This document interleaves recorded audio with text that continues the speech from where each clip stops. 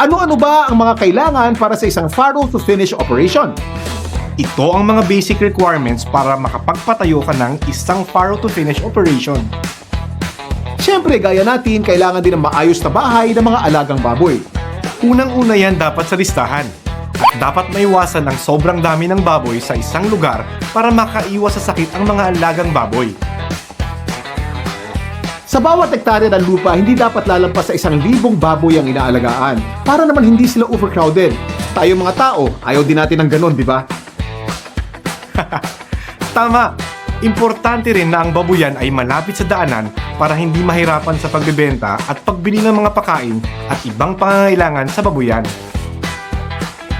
Dapat masiguro din na may access ang farm sa malinis na tubig at kuryente.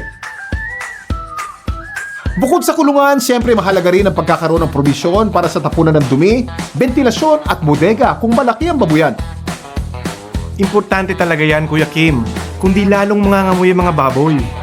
Sa pag-iisip ng disenyo ng kulungan, kailangan nating isaalang-alang ang comfort zone ng ating mga baboy.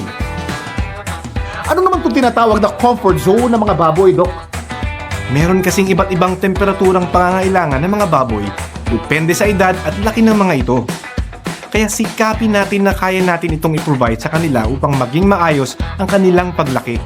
Gumawa rin tayo ng probisyon upang maiwasan na maramdaman ng ating mga alaga ang mga biglaang pagpapalit ng panahon dahil napakasensitibo ng mga baboy dito.